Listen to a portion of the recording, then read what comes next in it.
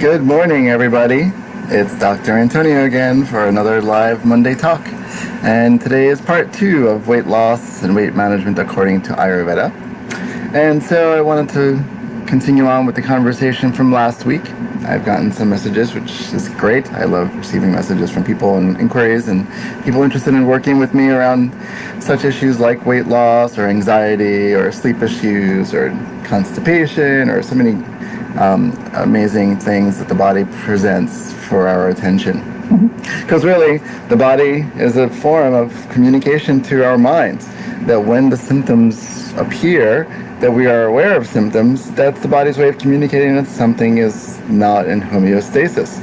And so we have the opportunity to slow down and see what do we need to do to give it the attention that it needs so that we can support the health and wellness of our body, because the body produces symptoms to communicate, and it knows what feels good and what doesn't feel good, and it's up to us to decide when something doesn't feel good to take the necessary steps that would help encourage the body to feel good. And then we also have to evaluate the things that we do feel good from. Is there too much of a good thing? Because sometimes in the long run, something that might be in excess, anything in excess, like the Buddha would say, the extremes, is where we go out of balance. So with regard to excuse me, weight loss and weight management, there's an understanding that, as we talked about last week, portions and time is a very important key. Weight management also encompasses the necessity, and it's a necessity, for physical movement of the body, which is called vyayama in Ayurveda, which is exercise, physical training. And to some extent, yoga falls into that as a possibility. As I talked about last week, that it's a great way to open up the body in ways that the body doesn't open up with any other exercise. So yoga, when done correctly, when taught correctly, when received correctly, can really optimize the health of the body. So exercise itself is meant to reduce any excess. It's meant to open up the body in a way that increases circulation, increases lymphatic movement, puts a certain level of tension and strain on the body in a healthy way, so that it challenges the body so the body can receive a certain level of strengthening through that little bit of a challenge, not in excess. So when we're considering eating and food and sleep, which is another important component that adds to weight management or weight loss, we have to understand that when we have a meal, it's not ideal to sleep right after that meal, regardless of whatever the meal is, because that creates a dampening effect in the digestive system, and it causes a dysregulation of the metabolism, reducing the capacity to process the food or any substance that you're ingesting properly. So sleeping right after eating is a sure way to increase weight and increase weight inappropriately. Also, exercising right after a meal is contraindicated, because I might have mentioned this last week, but when we are doing one thing, the body likes to focus on one thing at a time. Even though the mind feels like it can jump around and do many things, really it's doing one thing at a time, at a time, at a time, at a time. So it's best to do one thing at a time to its completion, do the next thing to its completion, and it's more efficient that way. So when we're eating and then immediately going to exercise, we're causing a disruption in the neural pathways of the brain and the nervous system and the organs, and affecting the enteric nervous system, which is also a really important modern scientific discovery. You should look it up, the enteric nervous system. And so this intelligence in the body gets disrupted. And so you're eating and then you're going to exercise. The body's like, well, which is it? You want to eat, you want to exercise. So the thing that creates the most demand, it's going to focus on while putting the other things secondary, which means that it now has a level of depletion or a redirection of the circulation to something else, and whatever was processed isn't going to be properly metabolized in the cells. I've worked with many trainers who've had excessive diarrhea and their foul breath and pattern on their tongue, and they had this excess heat coming from their body and reddened skin and sleep issues, and they were working out very hard and also had this sort of idea of what exercise should look like for them. An interesting article I just received in my email yesterday was talking about how to gauge proper exercise and how to have a healthy relationship with exercise. I can share that link here later. And so, understanding that there has to be a healthy exercise pattern, and it has to be done at healthy times. So ideally before 10 a.m. in the morning, definitely not after sundown, because that causes a whole other level of issues that over long term produces a negative outcome towards health. And that also falls into the category of sleep, because that affects our sleep. And if we're thinking we're falling asleep beautifully from having depleted ourselves from an exercise that was done before bed, that's not the proper sleep, and that's not the proper way to regenerate, because nighttime is the time to regenerate, rejuvenate, recalculate, recalibrate. And so if I'm challenging it, it's going to create this whole other spin, and it's going to create this sort of turbulent relationship with the body, and over long term it causes depletion, and causes aggravation, it causes increase of inflammation and dryness and things like that, and which will all increase to some degree the aging process, and most of us don't want to age that quickly. So exercise has its own time, eating has its own time. There should be a gap at least by an hour and a half, and also depends on how heavy the meal was versus how light the meal was. It's better to go lighter in general with meals, because it helps to regulate the metabolism more easily than it is to eat heavy foods at any given time, especially in the evening. So understanding portions, understanding exercise, understanding how sleep's playing a role, the later you stay up, the more that causes issues with the hormone system, the endocrine system, nervous system, affects the digestive system the next day, and becomes this whole downward spiral, this sort of domino effect. And so we have to be mindful of what we're doing, and our body, when it's feeling good and we're doing the right thing, will feel good over long term, feels great. And not to say that we'll never get an illness like a cold or a flu or something like that. You're least likely to when everything's up and running properly. And if by chance, something does happen across your system that challenges the immune system, that's not like a more chronic condition, the body can bounce back much easily and faster. And it's really amazing to see that and have that happen. And so these are things that we look for as cues to regulate and self-regulate. And, the body's wisdom is the body's wisdom. We can choose to listen to it or not, but ultimately it's going to win, because when you're bedridden and you're complaining, I feel tired, I feel lethargic, I feel heavy, I feel depressed, I feel lack of motivation, I feel lack of movement, I feel lack of appetite, I feel lack of thirst, I feel lack of enthusiasm. These are all indications that something has gone awry. And so it's up to us to say, there's heavy things happening here, there are heavy things happening here, what do I need to do to lighten it up? And it's hard when you get in your mental spin, which goes into other categories, which we're not discussing today as far as mental health. But to this level of degree of mentioning this at the surface level, just know that the mind is playing a big role in between all this, and it's always, important to pay attention to. It's not always easy to listen to. So we can hear the thoughts in the mind, we listen to some of them, we go into this crazy downward or upward or spiraling backwards, side to side experience with the mind taking us everywhere, which can get crazy. It's like being in a room trapped by four walls, and you're just feeling overwhelmed because you're within yourself. It's easier to distract yourself outwardly with things, but when you come to stillness, you're forced to sit within what's happening in your own consciousness, within your own mind. So you want to make sure you're doing the best things possible, because when you're feeling more optimal, generally you're in the right direction of feeling optimal mind and body and feeling connected to all of life.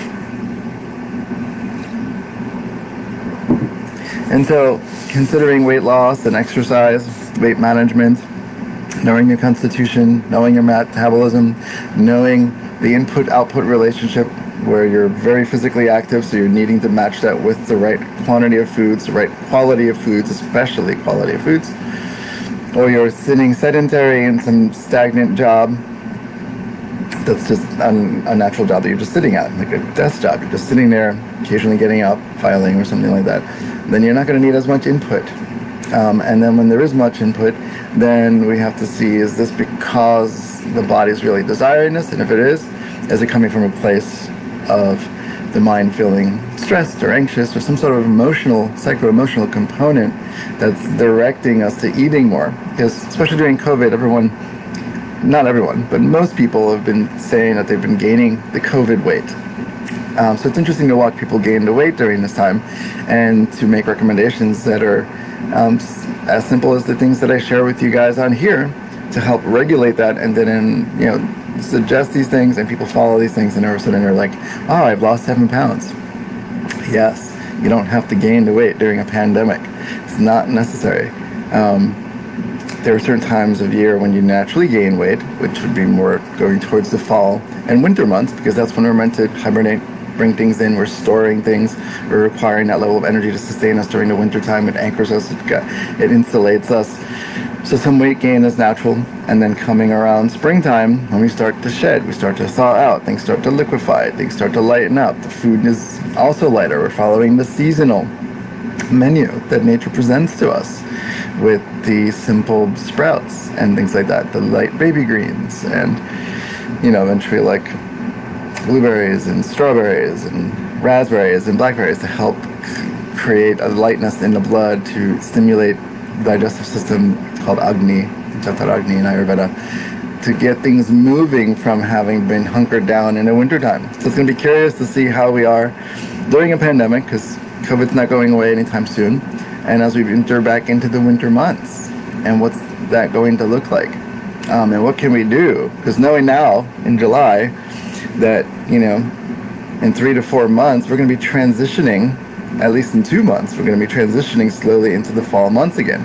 So what can we do today to regulate ourselves, be aligned with the season, be aligned with our appetites and metabolism and our sleep cycles, and have that awareness as we're progressing into the next few months, because this is when it's happening. It's now. Right now is happening. What we're doing today in the next few weeks, what we've done in the past few weeks and past couple months, is going to influence what's happening in the fall and winter time. Ayurveda is amazing this way. I've mentioned this term in Ayurveda many, many times, and I will keep mentioning it. Karya Karana, cause and effect. The cause of something later that appears to us, which is the effect, as a result of the cause of the things that we're doing now, things that we've done that brought us to this point. There's no way of avoiding it. That's how time works with us. There's no way of avoiding certain elements of time, because we are in this paradigm on this planet, in this body, physically interacting with other experiences on this planet that include the seasons, the time of day, the time of life that you're in.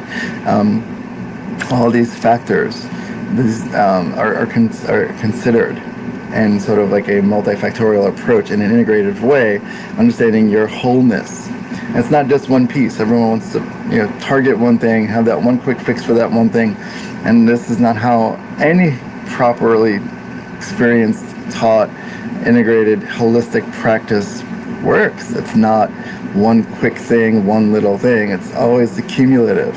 And are we paying attention to all the different pieces that make the whole of us versus just that one thing? Everyone was targeting immune system, but were we cultivating the immune system all those months prior to January, February, and March, when we started becoming aware of COVID in the country? Like, it was already in development. So by the time COVID hit, by March, officially in some states here in the East Coast, that meant how to gauge, was your immune system already up for the challenge? And to start jumping on supplements and start jumping on something that's going to be a quick fix will not work. And I'm curious to hear from those people if they feel, they think, or experienced that quick jump in immunity that's more than just a placebo effect, which can or cannot be beneficial sometimes. The placebo effect is an effect. It's a mental effect, which the mind-body connection makes that relationship work.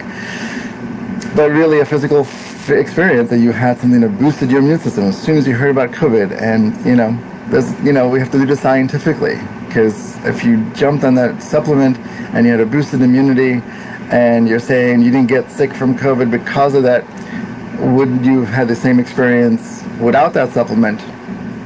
We can't test that, because we can't go back and say, let's undo the supplement, let's try and see what we would have done without the supplement, and then gauge the two different categories. That's how we would do it as a scientist. As science does it, is just determine different test groups. But anyway, if you're taking supplements, are they the right supplements? But anyway, I already talked about supplements. Coming back to weight. and weight management. So these are health tidbits that I've shared with you that I'm hopeful are going to be helpful for you as you move forward and understanding where you're at in the center of all this. How are you feeling? What's your body telling you? Are you eating enough? Can you sort of in your mind tell yourself when you're looking at that big beautiful plate of whatever it is, I need to stop it when I am gauging this subtle level of my stomach saying I'm full. That's a very important cue when we're talking and engaging with people and in group settings and socializing. We miss those cues unless you're really that attuned to know to just say, I have to stop it here, versus, oh my God, I feel so heavy. Let me unbutton this pants. Let me go take a nap. These are all indications that we've overdone it. And we don't want to overdo it because that will have a cumulative effect and eventually affect our abilities to have health. Because if we're gaining weight, slowing things down, decreasing metabolism, we're going to eventually affect the immune system, because the immune system is fed from the nutrients of the food coming in and how it's processed.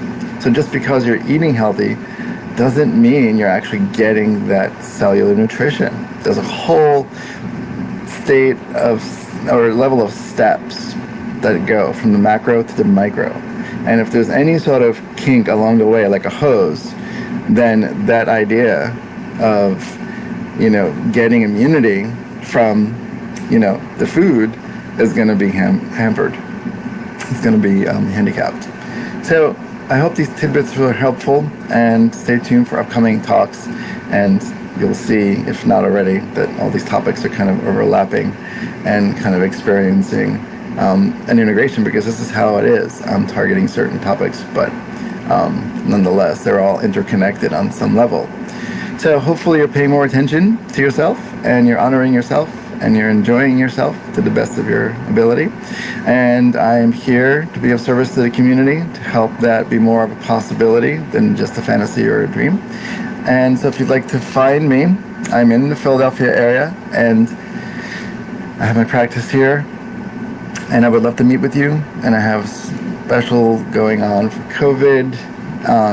So feel free to message me privately for more details. Check my website out. I'll also include that link here with that other article that I shared in this talk. And if you have any questions, private message me. I look forward to it. Have a great day. Happy Monday. Be well.